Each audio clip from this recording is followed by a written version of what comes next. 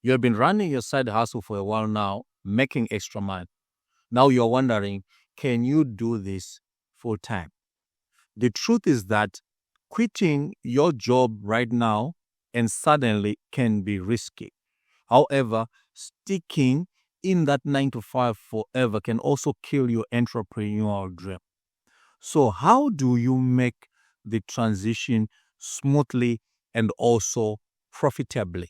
In this video, I'll take you through a step-by-step plan that you can use to transition from your side hustle and to a full-time business while doing so in a profitable way, or doing so without getting you in the regions where you can now say that you are broke. Hi there, entrepreneurs and everyone. My name is Kenneth Phiri, and I help entrepreneurs to start and also scale their businesses. If you're serious about entrepreneurship, please do hit the subscribe button and be also connected to this community where we show you exactly how to start, scale, as well as succeed in business.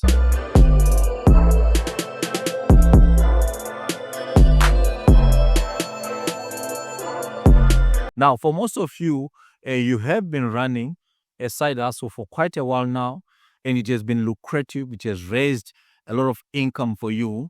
Now, you have been making those comparisons between the side hustle and your full-time job.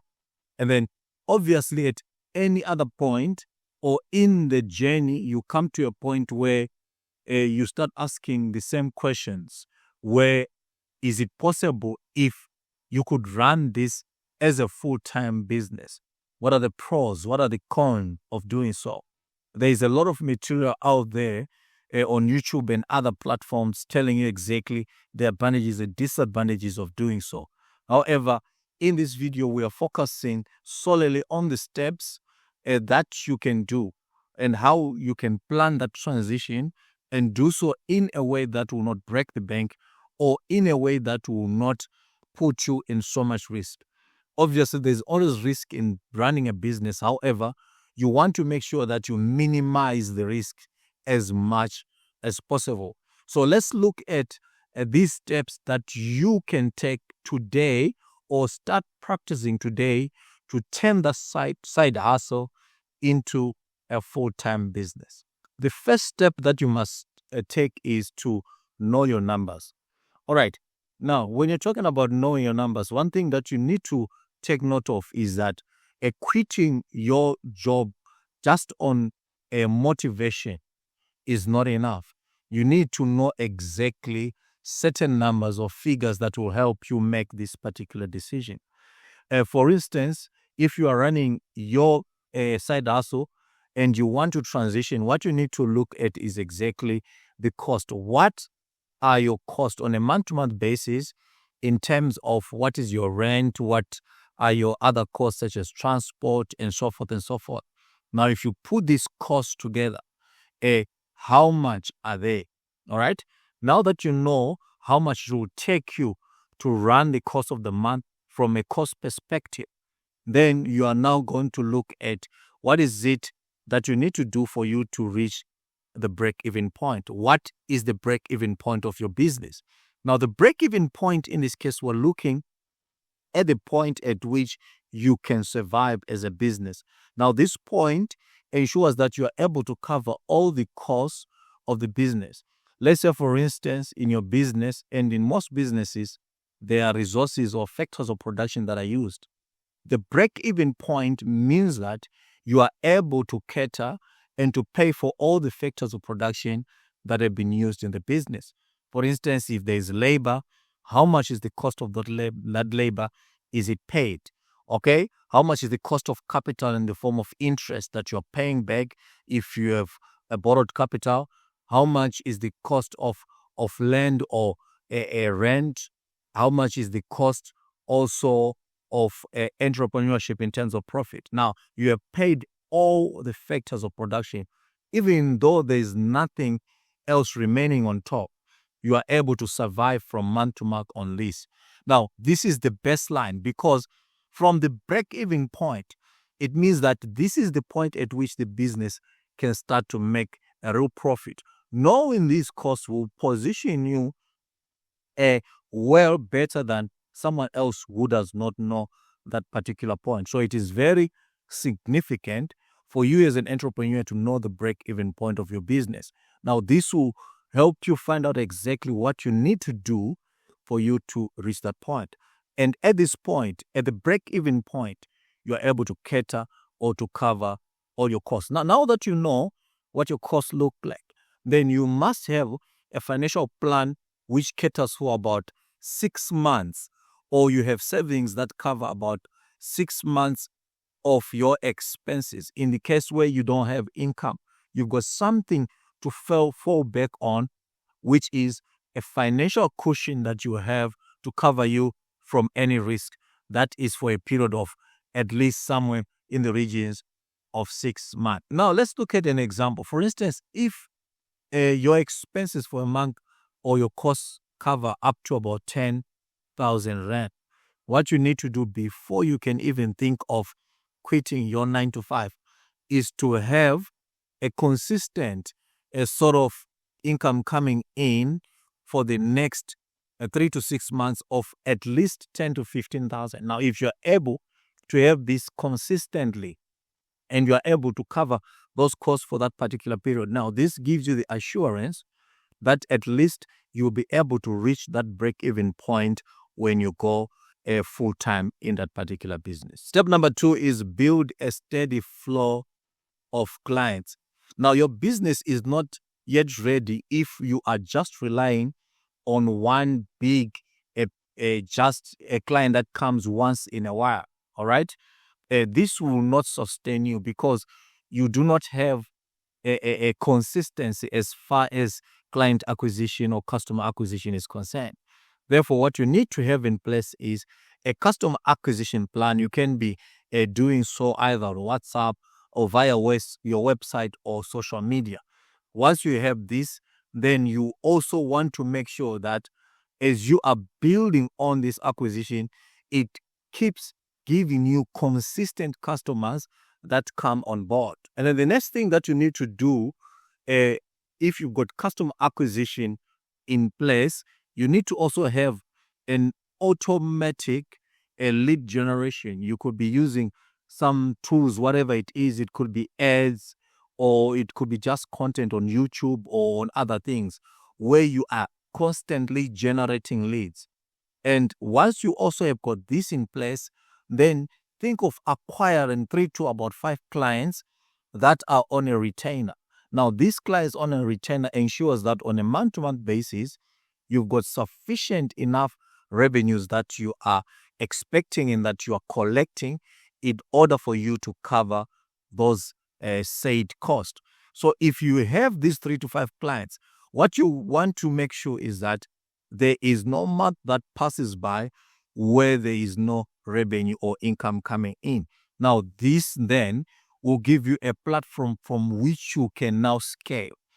Once you have acquired these customers, then you can build on acquiring more customers. Now, if this can be able to run for about 3 to 6 months and run smoothly, and you're generating those amounts that consistently cover your costs, then you're probably ready to make that transition. The third step is to master time management while you are still employed. Now, your 9 to 5 job is not an excuse. Okay, a lot of people give excuses. They are part-time entrepreneurs because of the job and this and that. Now, time management is one of those things that if you fail to master while you are still employed, you'll definitely not master it once you have gone full-time. Now, you need to have dedicated tasks that you complete or that you're doing on a day-to-day basis, which means these tasks are scheduled in your day. For instance, let's say you have an online store.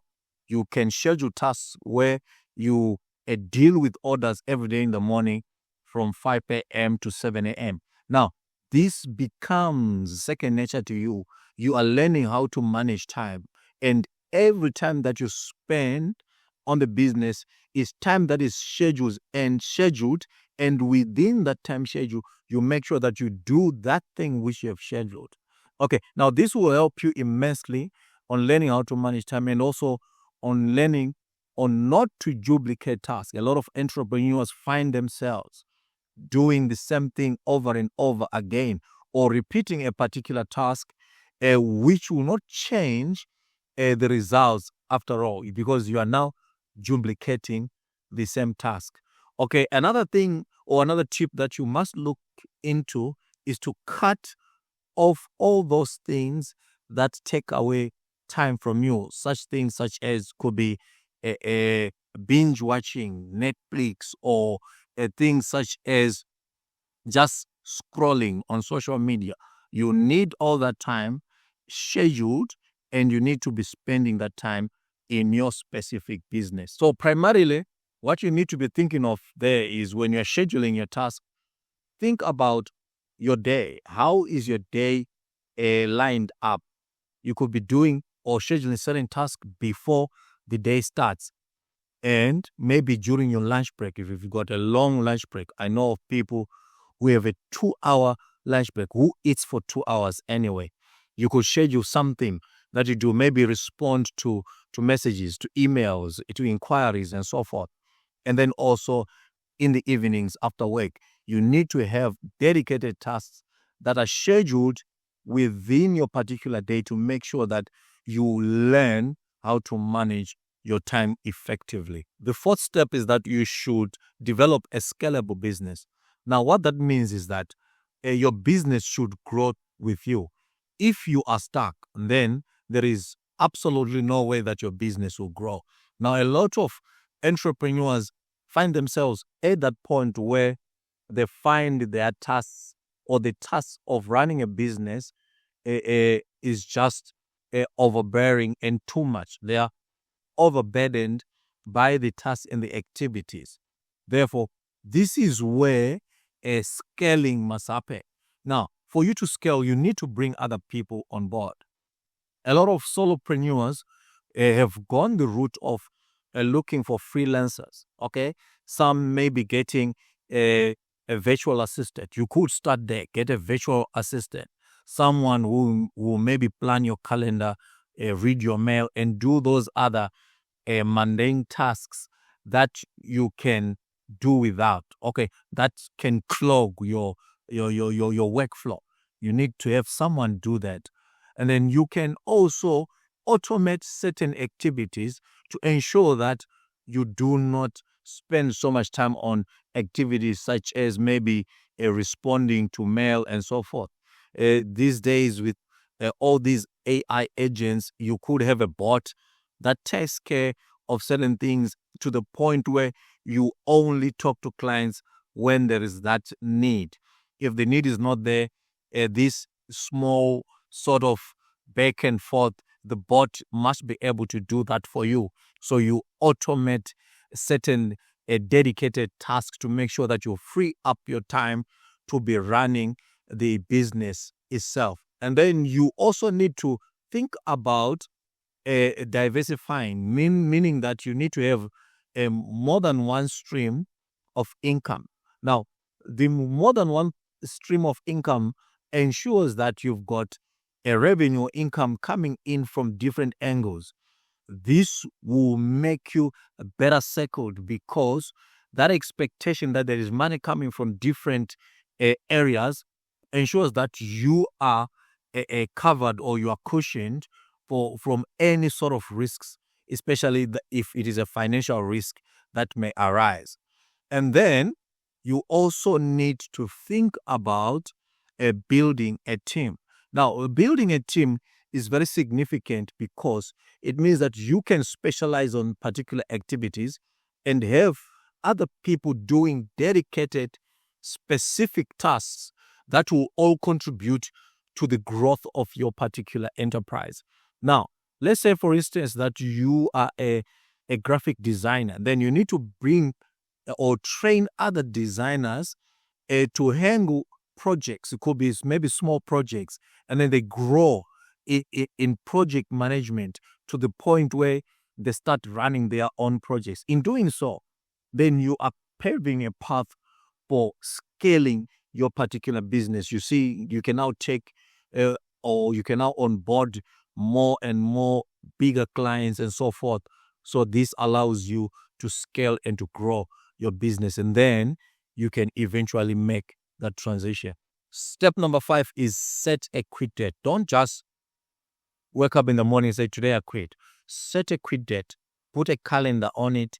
Talk about it. Announce it. Tell it to your target audience. Tell it to your clients that on such a day, I'm going full time. Now, that anticipation can lead to other things. People can be more trusting of you because it means that you're dedicating more of your time on them, on their businesses. If maybe you're doing business coaching like me, you or other activities that mean that you have more time for the business and for your clients. So as a result, you have more trust that you're building in the marketplace, and you've got this anticipation, and this can be a very good thing. Plus, this will also make you commit, because now that you have announced it, it means that you should by all means live up to what the market is expecting of you. So that the question still remains, are you planning to quit your full-time job and make that side hustle a full-time business? If that is the case, please leave a comment down below. Just type, I'm ready. Then if you are ready also, I'm offering a free hustle to full-time business checklist. Please download for free. I'll leave it down below. Just click the link, you'll find it there. Otherwise, I'm happy with all the transitions that you're going to be making this year and in the next few weeks or few months. Follow these guides, and also you can even put your steps in there or mold it to your own specification. If you have already made the leap, please leave a comment also and tell us exactly how it was for you, the kind of challenges and what you did to solve the problems that you encountered when you made that leap from hustle to full-time entrepreneur. Please also remember to subscribe to the channel, hit the notification bell, and get appraised every time that we're bringing you fresh and exciting content on starting, scaling, and running successful businesses. This is results-oriented preparation. Thank you so much for watching. Hope you enjoyed it. We'll see you in the next video. Bye.